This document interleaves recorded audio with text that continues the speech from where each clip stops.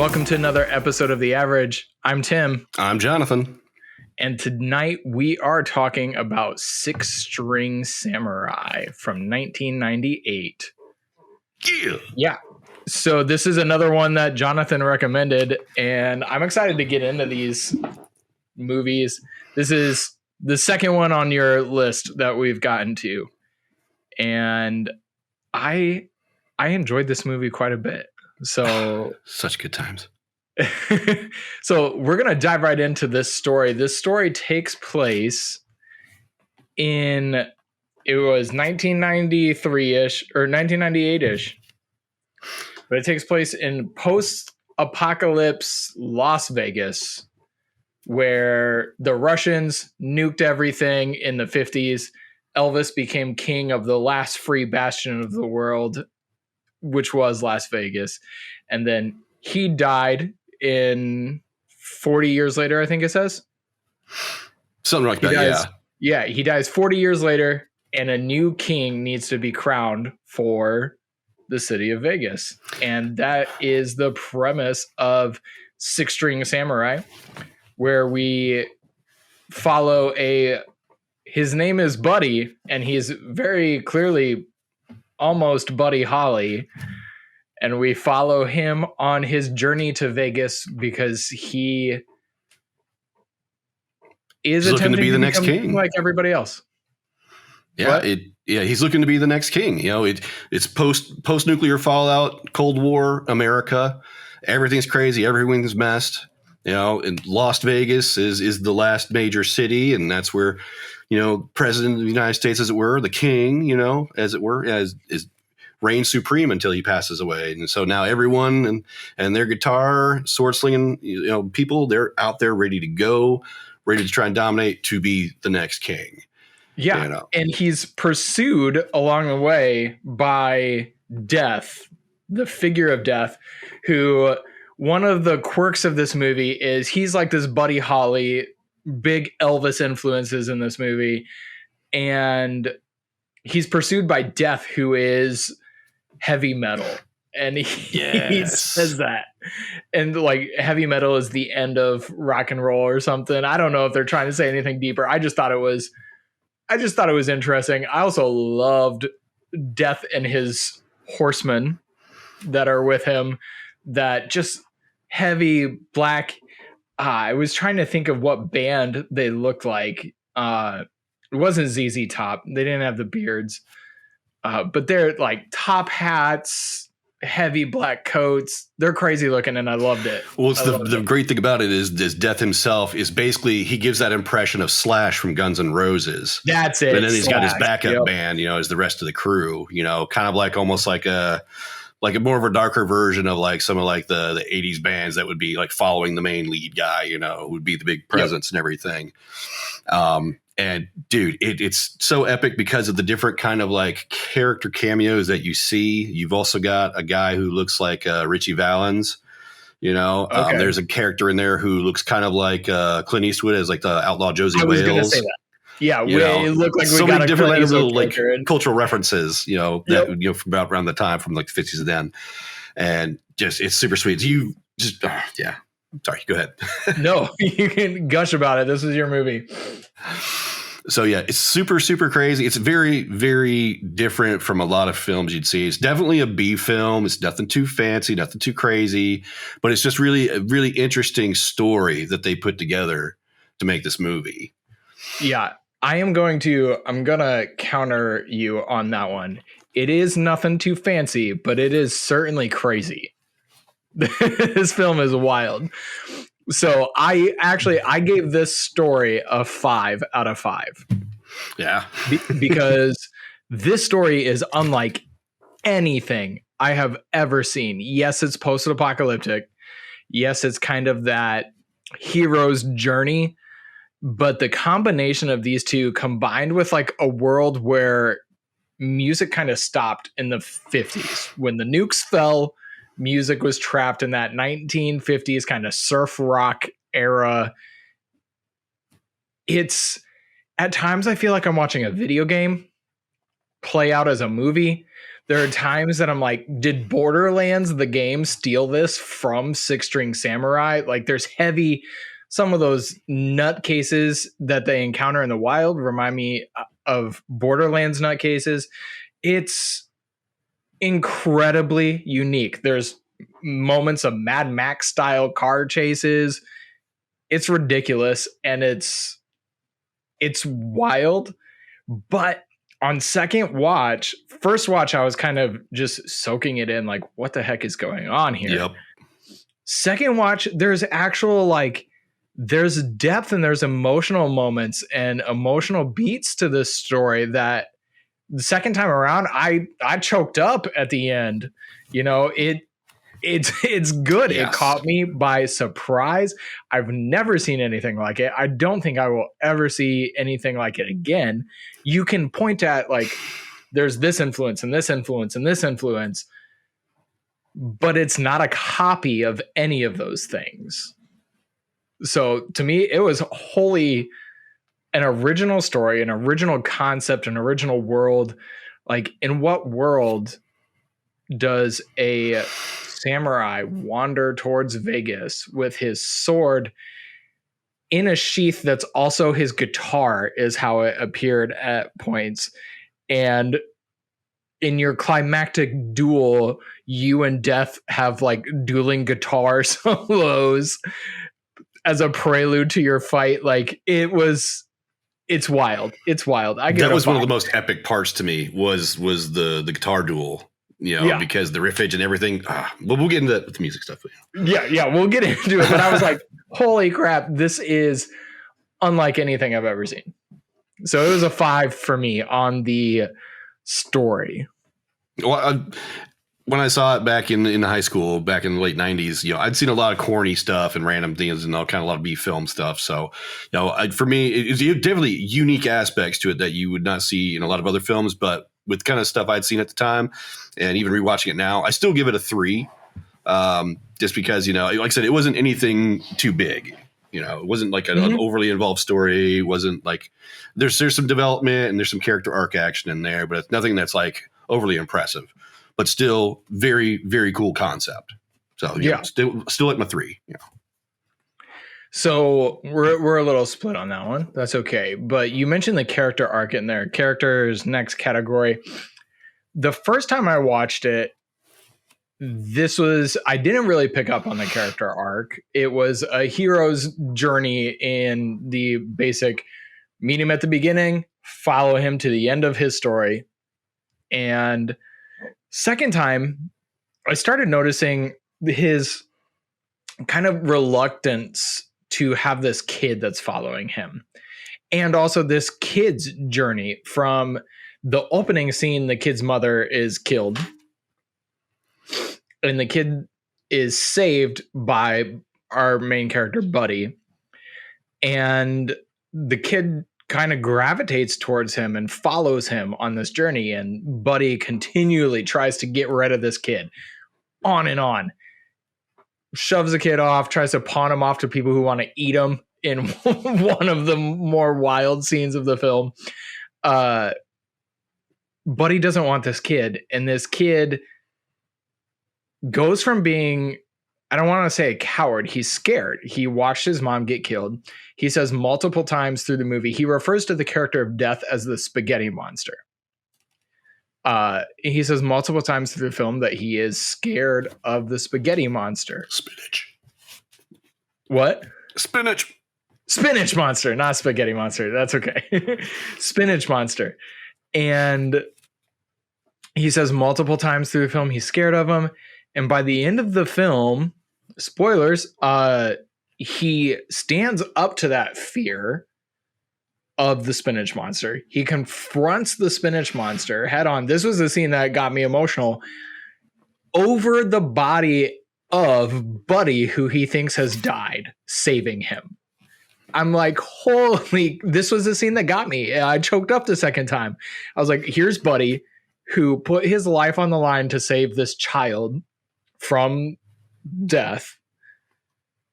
And when this child thinks that Buddy is dead, he picks up the sword and confronts his greatest fear.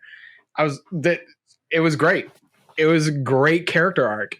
I did subtract. I gave it a 4 because it's not super. I'll get into it with the script. It's well done. It's a great character arc, and I absolutely loved it. And in hindsight, I might give the character arc a 5, but it is really wow. It is a story of confronting our biggest fears, of sacrifice. So it's not wholly original, which is kind of what I saved the 5s for, but it is a really good version of that story. So I gave it a 4, a great character arc for Buddy. And does the kid have a name? I just the kid. Not really. He just calls him Kid throughout the whole thing. He's just the kid. But yeah, I mean, for me, I gave it a 3. I mean, it's a pretty kind of generic character arc. You know, you've got the loner who's going off. He wants to be this next king, but you know, meeting this kid after saving him unintentionally, he was just fighting the bad guys. It seemed, but this kid trying to follow him, he doesn't know how to be close to people. He doesn't know how to lead, but yet he wants to go and make his way to Vegas to be the next king. You know, so eventually over time, this kid helps him open up his heart and to learn to care and to learn to want to protect people, which is, you know, a good quality. You need to be the next king, right? You know, you got to be willing to put yourself out there for people and to protect and to take care of all those kind of things and have those ideals. So, I mean, yes, he learns to develop that over the course of the movie because the kid's persistent, doesn't want to be left alone, needs some direction, needs someone to guide him. So it's almost like kind of Star Wars-ish with like having your little Padawan, you know, on the Blu-ray. But so I mean, through the course of it, you know, the kid bails him out, he bails him out. They learn to trust each other. I mean, the kid was already kind of trusting anyway, but you know, he learned to trust the kid and realize, okay, maybe I need him too. Until he gets to that point where, oh my God, I have to save this kid. This is what I need to do. You know, becoming the next king became, you know, a thought in the back of his mind. You know, being that hero was what was really the big key to make sure that kid would still have a future, which is what a king should want, is for everyone to have a future and to be able to live prosperously, right? Yeah. But, you know, it's still something you hear a lot in a lot of different films, you know, so that's why I gave it a 3. But with the kid himself, that kid, you know, he, you know, learning from Buddy and learning to have that resolve and to stand up for himself, even when he's fighting that kid in the pit with the windmill people, when he gets taken by the spinach monster and everything, you know, there's so many like opportunities for growth because there's so many antagonists throughout the thing. Because I mean, you've got the Pin Pals, you know, the first assassin group. Then you've got the band, you know, who were supposed to kill him. That Death and his crew ended up killing them because they didn't do their job. You know, and then you've got the Josie Wales wannabe, you know, trying to shoot at them because the kid stole dude's car. You know, then you've got like the troglodytes in the truck, you know, they're chasing them down, throwing like. Which I love that scene because Buddy's just playing guitar. Buddy's just playing guitar in the passenger seat. This little kid's driving the car, can barely see through the steering wheel. Ah, dude. Yeah, there's a lot of different little comedy bits mixed in there too. You know, it makes the movie kind of fun.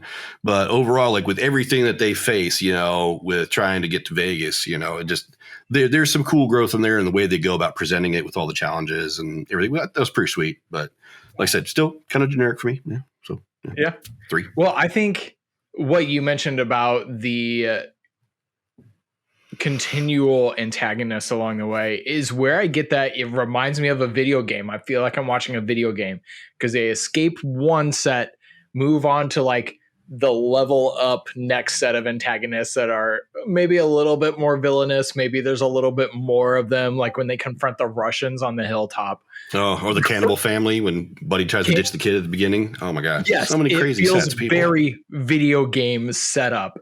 And this was before, I mean, 1998, video games were just kind of starting to play with those types of stories, getting into some deeper storytelling in the video games.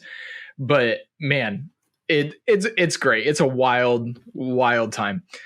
So the next one, this is a big one. Yes. Our music category. Yes. I'm this is actually my favorite category because I loved the music for the movie. Go ahead. Go for it. Yeah, thank you. So the majority of the music for the soundtrack is done by this band called the Red Elvises, you know, a bunch of like predominantly Russian dudes. They formed in like California back in the day, and just the music and everything that really sets the tone for the movie. And that with the other small compositions for like more of the dramatic scenes and everything. Yes. The band's music had such flair, and it, you know, it's that, you know, like you were talking earlier, that surf rock, acid rock kind of old school Russian folkish kind of tones back and forth going through the whole thing. And the band itself, the Red Elvises, they were the band in the movie. Yeah. So that was the actual band that did most of the music for the whole thing. And I think they did a great job, you know, with their role in the movie. They were funny, spunky, but just the music and everything they did just was just right up my alley, man. Like it really kept you going and kept a lot of energy going through the movie. Well, the thing that blew my mind on it was that probably 95% of this movie has music. There's almost no silence, and it's all this Red Elvis's like surf. Have you ever wondered what a movie would be like with a fully composed surf rock soundtrack? That's what this movie is. Basically. And just so many awesome songs, dude. Yeah, there's a couple songs with words, and even those are good, but most of it is just surf rock, atmospheric music, instrumental. You know, there's not too much singing going on, but what there is it's fun. Yep, and it does hit emotional cues when necessary. It hits silence to punctuate certain moments. The only reason I deducted it is because this isn't just the music category; it's the sound category, and some of the dubbing is pretty rough. Some of the voiceover is just about every word out of Buddy's mouth seems to be clearly a voiceover. Oh, I don't think it's that bad. With some parts, yeah, but it also could be that I just watched it on YouTube. So did I. Okay, I have the DVD somewhere. I couldn't find it anywhere. I almost bought it after the first watch because there's a 4K from Vinegar Syndrome, I think. What? Yeah, it's about $32 on Amazon, but I was like, I'm good with what I got. I'll stick with my original DVD. Okay. I kind of want to see it in 4K. But I thought some of the audio, mostly from the voices, was a little bit rough, and I got to take that into consideration. However, the music itself is unlike any movie soundtrack I've heard. And it's not just unlike any movie soundtrack, it's good. It's a great time. And then the way the music also ties into the story, like the story of Elvis is king. So everything is kind of surf rock. The ability to play guitar is hailed as like a superpower almost. Oh, you can play the guitar as well as you can swing the sword. Like it's revered by people.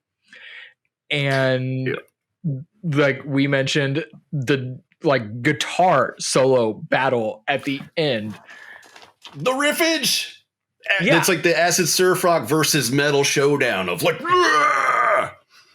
so they took that music and made it an integral part of the story as well. It was just super clever. Haven't seen anything like that. Yeah, and you see like the other competitors throughout the movie too that Death is taking down. You see like the country western guy getting taken down. You see the mariachi guy getting taken down. You know, Buddy having to take down the Richie Valens looking guy. You know, there's just like all these different, so many cool little like musical character cameo, like kind of like references and stuff that they put in there that just really make it all the more fun and enjoyable. Yes, totally agree. So with what we said, I gave the music a 4 out of 5. Only music and sound design because I did doc for the sound. I didn't care about the sound. I just like whatever. The music rocked my world, and I'm all for it. I highly recommend everybody watch the movie, but just even looking up that guitar duel and watching that by itself is just super, super rad. Yep. So your score was 5. All right. So editing and special effects. Yeah. I was impressed. I'm going to be honest. Really? Considering this was a super indie film. Yes. Very low budget. Yes, very, very indie. Indie is all get out, man. Yeah. And that, honestly, that'll be a turnoff for some people. If you're listening to this film is about as indie gets, but it is an indie film with big ambition. And most of the stunts are I don't want to call them special effects because most of it's stunts in this film. The main character, Buddy, he did his own stunts. Yeah, he's a big stunt coordinator. Yep. He's a big stunt coordinator, martial artist in films going up to this. This was supposed to 98. Yeah. Yeah. This was supposed to launch his career, and I'm sure we'll talk about that more. But this was supposed to launch his career, and he does a great job on doing some of those crazy stunts, some of the military when he attacks the Russians and we're getting explosions and stuff. This is where I dock a little bit on editing. There are times I give him credit for cutting before any like major violence because they kept it PG-13. Fine. Look away, kid. Look at the sky, look at the ground, but don't look at me. Yeah. And they took that to heart with the editing, except there are times that you see there's like a foot between a sword swing and a guy falling. And there's part of me that's forgiving because it almost adds to the comedy aspect of the film. And so I forgive it a little bit on that part because for the most part, the fight scenes are well edited, well executed. There's a couple weird, I do not like the way the opening scene is edited with like tilting. Yeah, the stretched kind of view. I didn't like that either. Yeah, that didn't bother me. Yeah, I did not like that at all. But outside of that, I was impressed for an indie film. I thought it was edited with some style and edited fairly well. So there's almost no special effects other than some combat special effects. And then the final shot of Las Vegas is this futuristic, almost Oz-like city in the distance. It looks like one of those old school painted backgrounds you used to see in the old films, you know, and you see like the one little animation with the strings on the guitar as part of that backdrop of the city, kind of bump, bump, bump, you know, between the strings.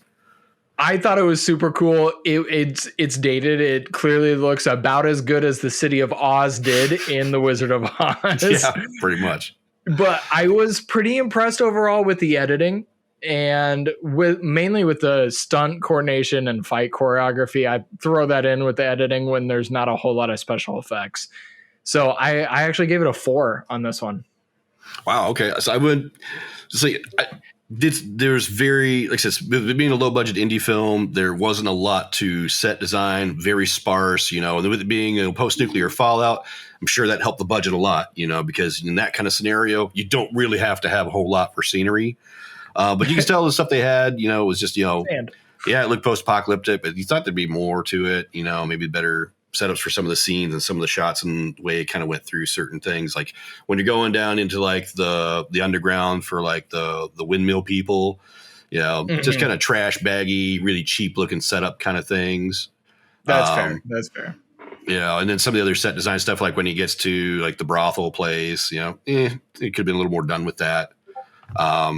But yeah, with the special effects and everything, it was just like really minimal with some of like the pyrotechnic stuff that they had going on with, and, you know, with Death when he died, you know, and how that whole thing with the effects and the steam, you know, it's just kind of really like cheap and generic to me, you know? Yeah, so, I mean, I couldn't really give a whole lot to that. And the editing was okay. Like you said, with the beginning part of the stretch, you know, that was a big turnoff for me as well. But the rest of it, though, some of it was kind of shaky in some parts to me. I think there could have been maybe some better viewpoints for some of the shots that they had in there when like getting into like the beginning of certain scenes. So I feel pretty good about my 2. Okay, that's fair. So then onto the script. This was one I tried to balance this one out. The script has amazing lines. And then it has generic, forgettable villain. Cheesy. Yeah, cheesy, just shouting nonsense. One of my favorites is the confrontation with the windmill people.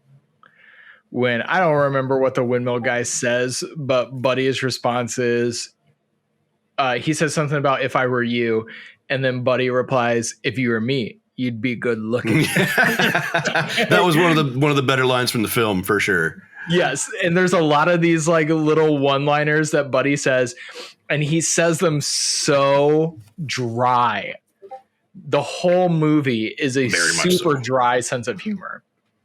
But I also appreciated the way the script used that to explain some of the things that were happening.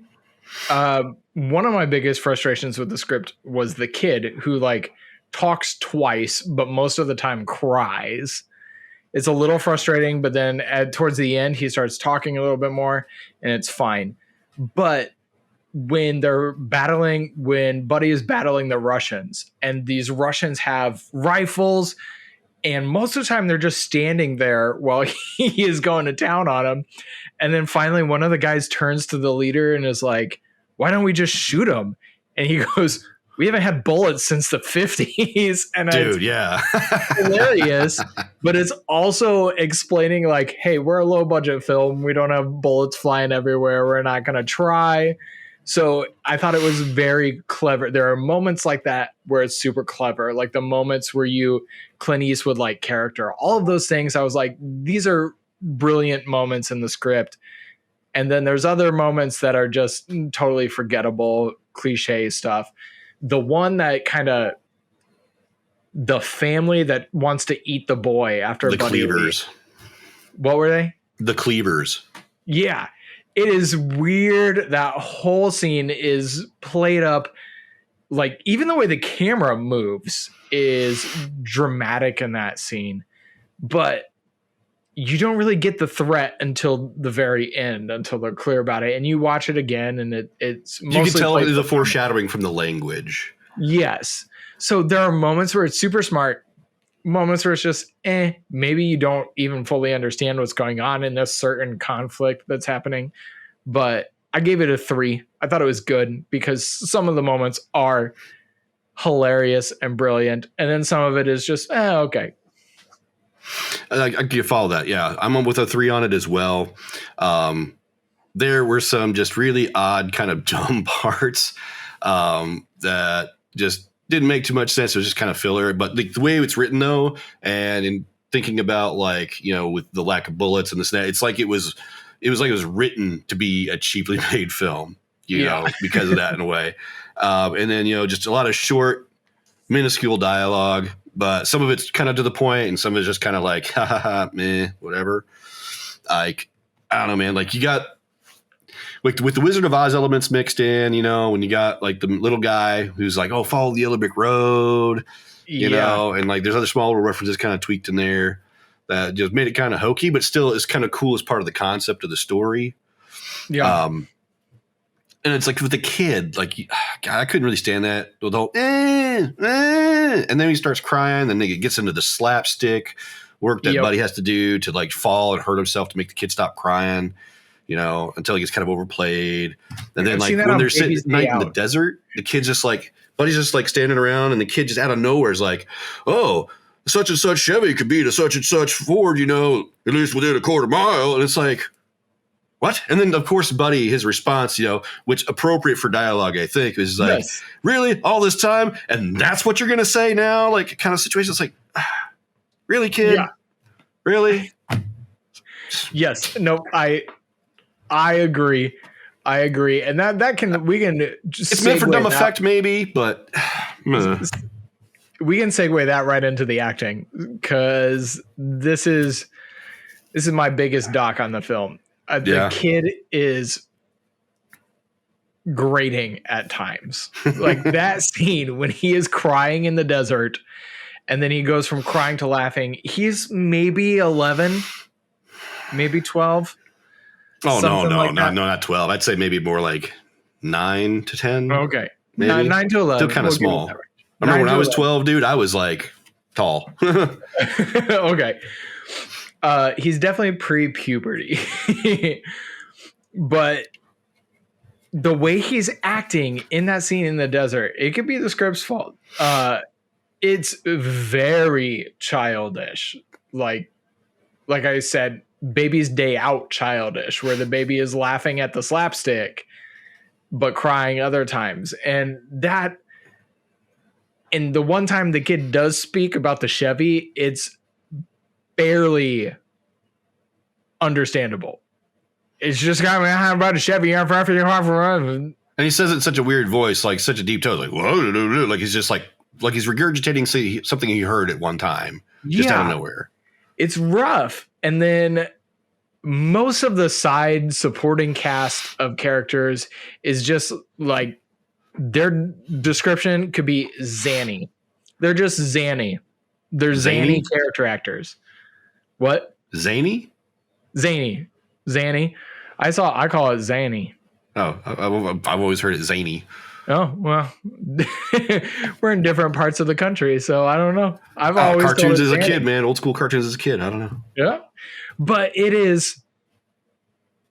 They're just fine. There's no real standout performances, and Buddy, I flip-flopped on him. I couldn't tell if he was bad or if that's the way he was supposed to be, because he's so dry. And I got to a point where I started to like him as that kind of super dry.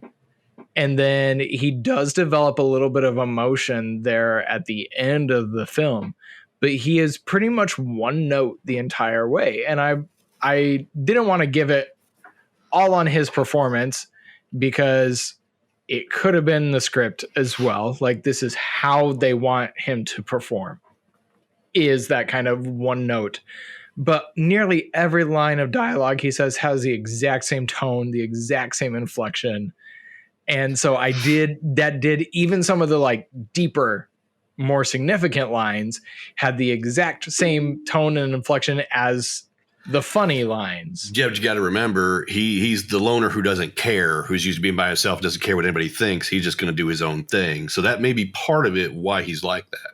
Yeah. So I had conflict on the acting, because physically his performance is fantastic. Doing his own martial arts and all those moves.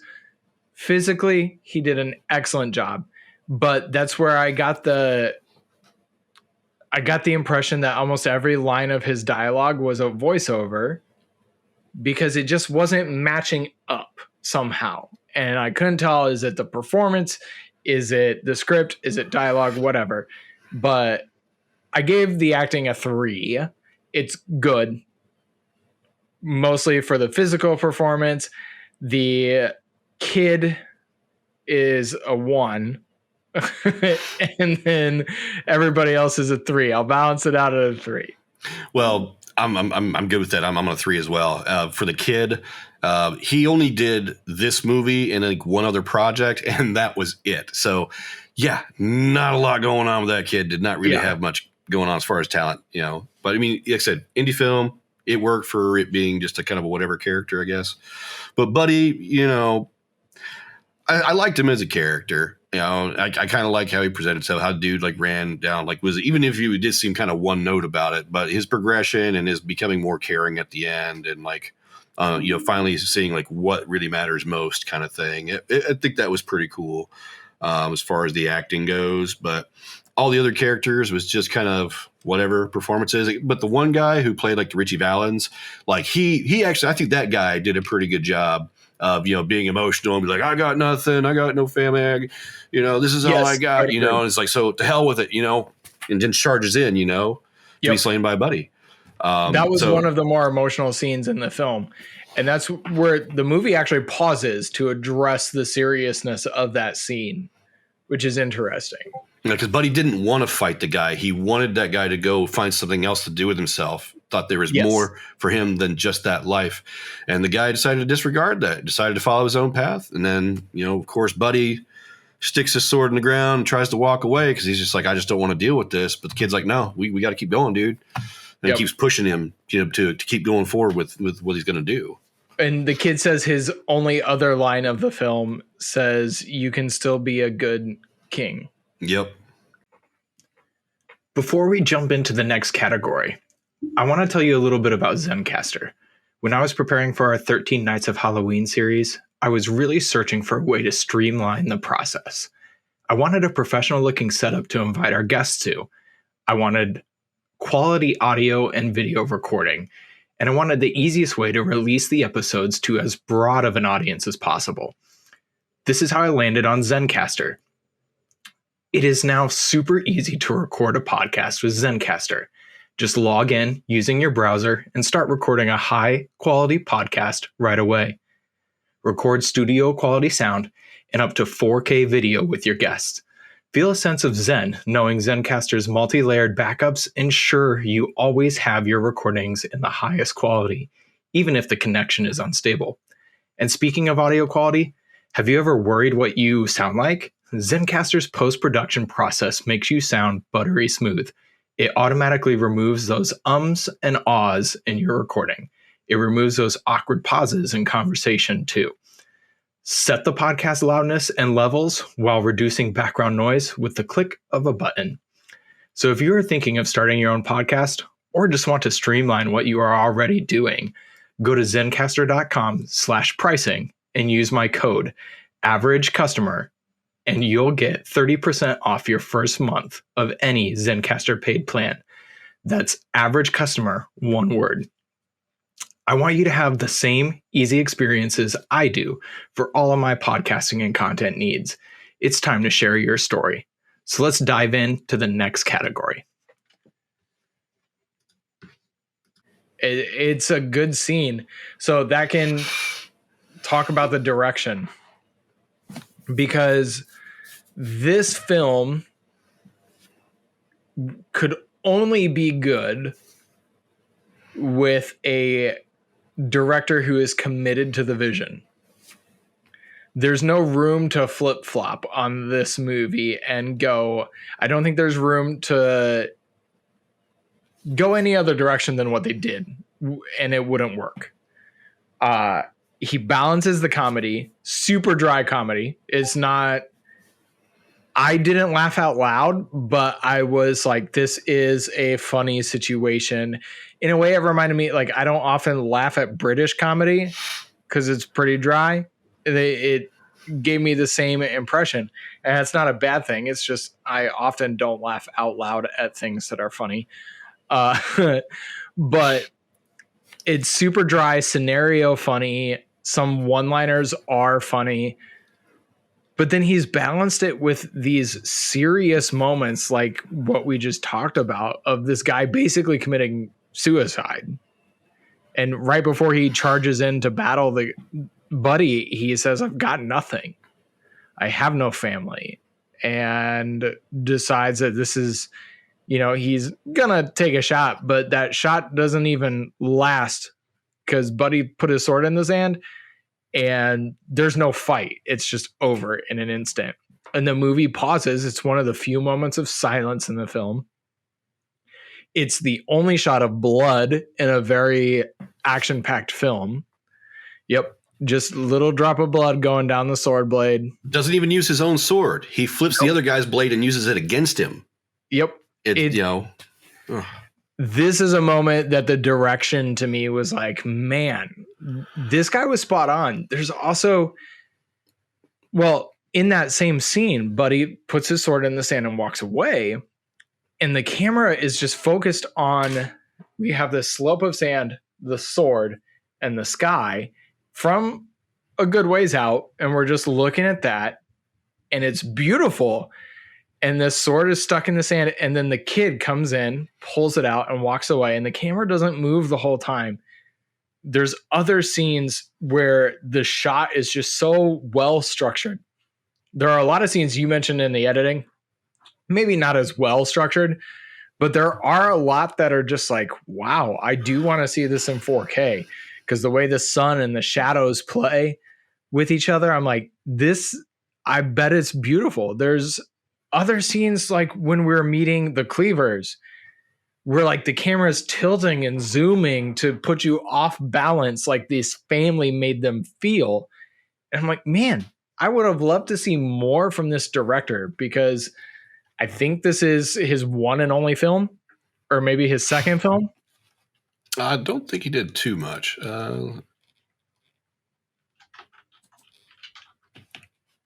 But he had some chops. He knew how to set up he knew how to set up a shot. He knew what looked good. There are the shots of Buddy, Jeffrey Falcon, walking over the sand with his weird umbrella, his broken umbrella, holding up to block the sun, and he's just walking over the sand. And that's about, like, it's just set up really well. It looks really good. I was impressed with the direction.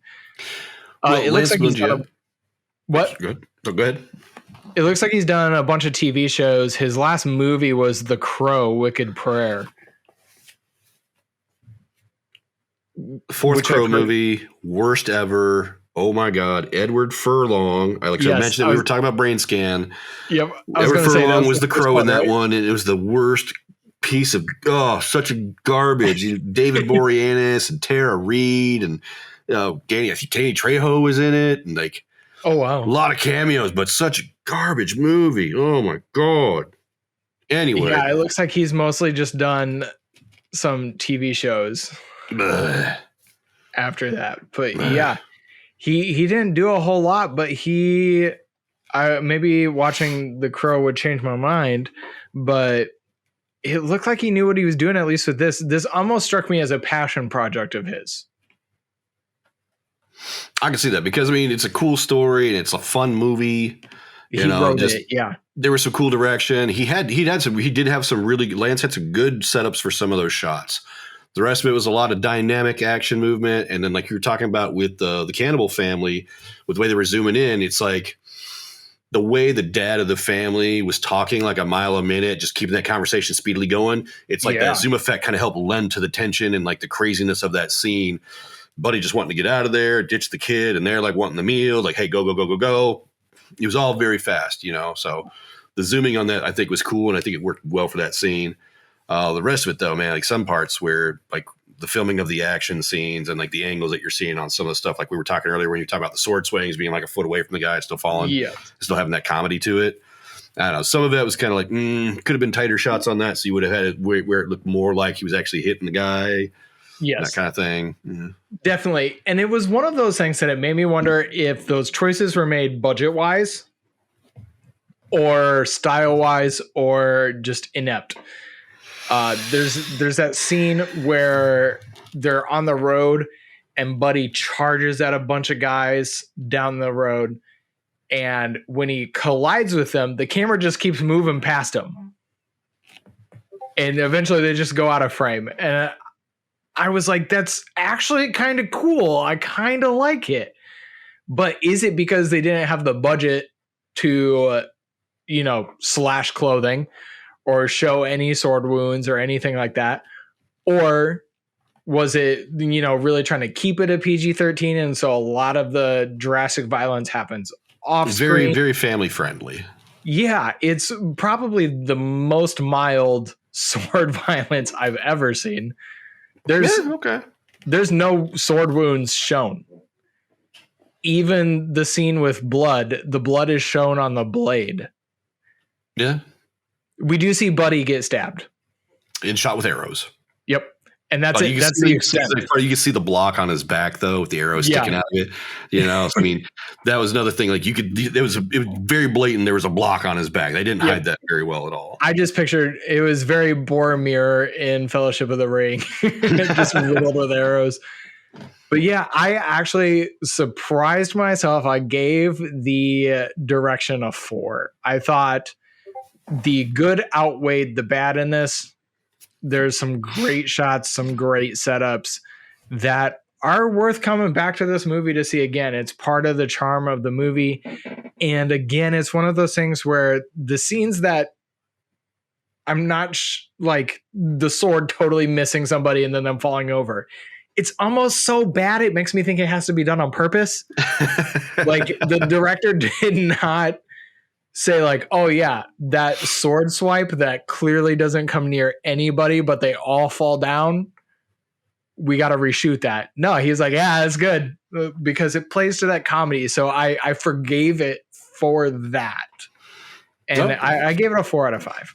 Well, don't forget the pin pals when they try to attack him at the little rest stop there at the beginning of the movie, when he pulls a sword and he goes for the swipe, but you don't see him actually make contact, cut anybody. They just go to the next shot and you see their bowling pin blades all flying in the air at the same time, like heads being chopped off. You know, yes. So that, I mean, there was some decent direction on there. I wouldn't say it was too great. I gave it like a 4. Or no, sorry, I gave it a 3. I gave it a 3 on that. You know, like I said, there were some good shots and everything. There was some other nice direction with some of the scenes, but overall, so fast paced, so dynamic. Some cheesy way they had things done. Yeah, whatever. Yeah. All right. So this is the rough one for this film. The It Factor. So this film did win a couple of awards when it was released for cinematography. But that was it. It totally failed to make any money. It was supposed to be a crash at the box office. Yep. They made like what, 100, like less than 140,000. Let me double check. It was supposed to be the first movie of a trilogy. All plans of the trilogy got scrapped after this. And it was supposed to kick off Jeffrey Falcon, the guy who plays Buddy. It was supposed to kick off his career as an actor instead of just a stuntman. And it also failed to do that. According to IMDb, at least what I saw, this was actually his last thing he did. Yep. Like I said, it was only 10 years, 88 to 98. Yeah. And he was hoping this would kick off his career, and instead it basically destroyed his career, and he didn't go on to do anything after this. So and I had never heard of it until you brought it up. So I would say the It Factor for this movie is very low. Even the why can't I think of what it's called? There's not even that much of like a cult following. It's there. It's minuscule. Yeah, it's I'm one of the few, but the proud. Niche. Like it is such a niche film. It does not have a broad audience. So it is a 1 on the It Factor for me. Same. Yeah. It nothing that was really relevant to the time or had anything poignant to say about anything. No statements of anything. There's no real impact. Estimated budget was about $2 million. And for what it says here, gross US, Canada, gross worldwide, 146,125. Opening weekend US and Canada, 36,896. And that was September 20th of 98. Wow. They did not make jack squat at the start on this. So that's brutal. Just brutal. Well, and that explains why the actor probably did nothing after this, and the director made 1 film, and it was terrible. So it is a shame. I hate to see that, because I do think it's an entertaining watch. It definitely is, but it didn't have much resonance with people. Nope. So your overall entertainment value. Okay, so this is where it kind of gets weird, kind of considering my scores. I give this thing a 9 because it's such an odd duck, and I love the soundtrack, and I like the somewhat musician relevant cameo, like kind of invitations they've got in there that makes it really fun for me. And just the fact that the band that does the most music is in the movie too, I just thought was super cool. So it's just something. It's campy and cheesy in a little bit in a lot of parts, but overall there was some good entertainment, some good action. You moved things along without getting bogged down too much. And at any one point, and it had some good, sweet, emotional moments. Especially like the end when the kid, takes Buddy's clothes after being killed by Death, and he kills Death with water, like the Wicked Witch kind of situation. He takes Buddy's clothes, wears them, and as he's walking off towards Las Vegas, you see him kind of change, and it's like the kid, after everything he's seen and been through with Buddy, he learned to embody that spirit of Buddy, and like looks like maybe he'll be the next king of Las Vegas, Yes. So I like the way it kind of the way they ended it, and everything that was going on in between, and how the goofiness of it. Just I just was really entertained by that movie, and I'm always going to want to go back and watch it at some point again.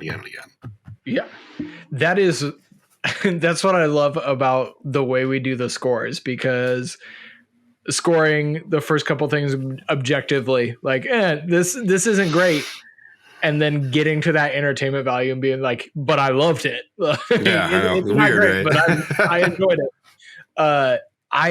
I scored it a 7 on entertainment. I would absolutely watch this movie again. Like I said, I debated just ordering the 4K cut because I want to see that. But it is such an odd, like you said, it is such an odd duck.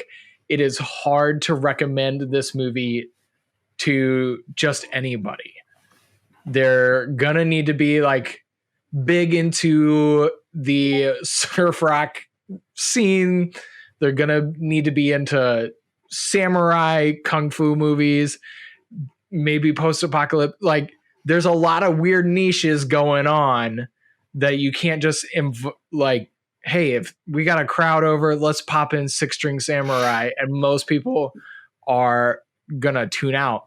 Because the other thing we haven't really mentioned is that this movie is nearly silent.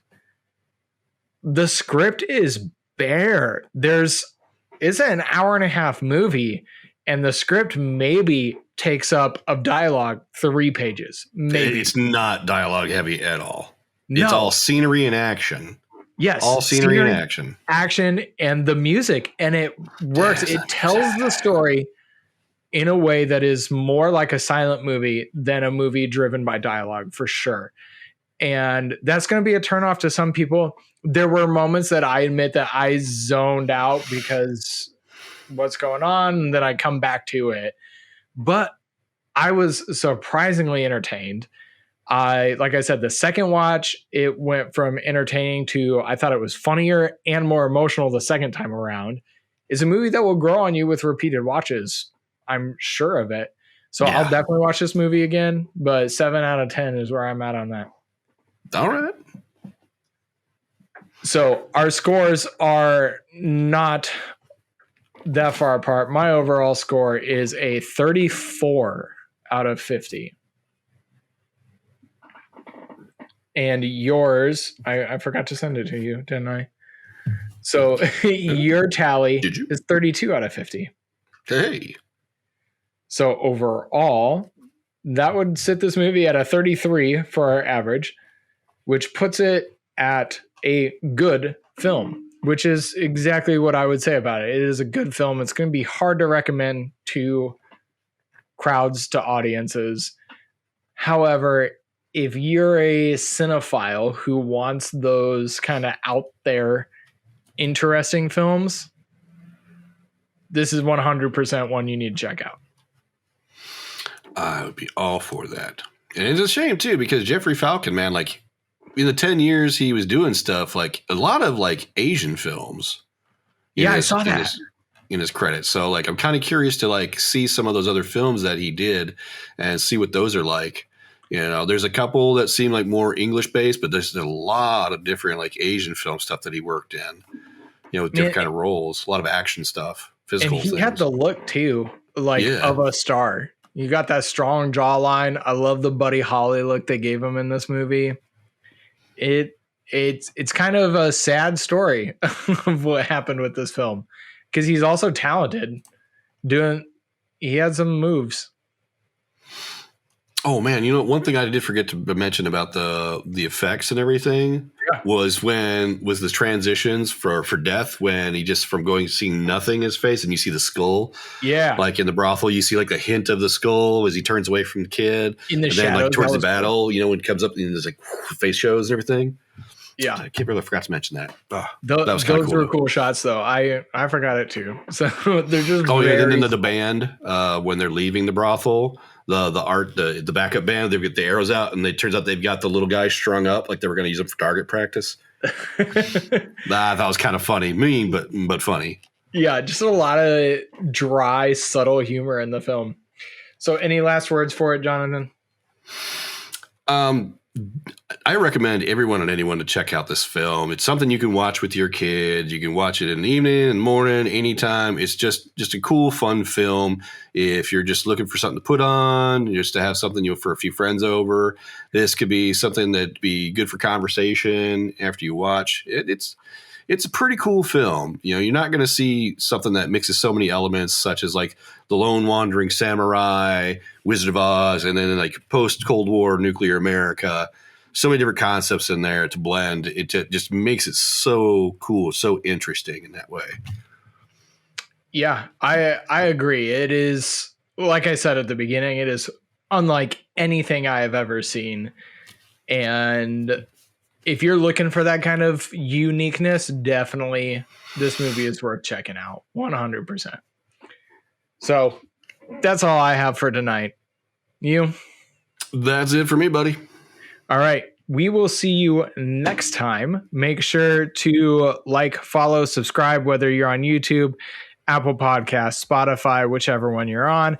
Follow us on Instagram at The Average Reviews. Send us your reviews. There's a link in the link tree where you can watch a movie. It doesn't have to be one we talked about, but send us your review. If you send it early enough, we'll read it on the episode. And shameless plug, I also have my own YouTube channel. It's just my name, Jonathan Cusick. If you like music, I sing some stuff. You want to hear some tunes, check that out too. Yeah, do that. Go follow Jonathan. Yeah. All right, we will see you next time. Peace.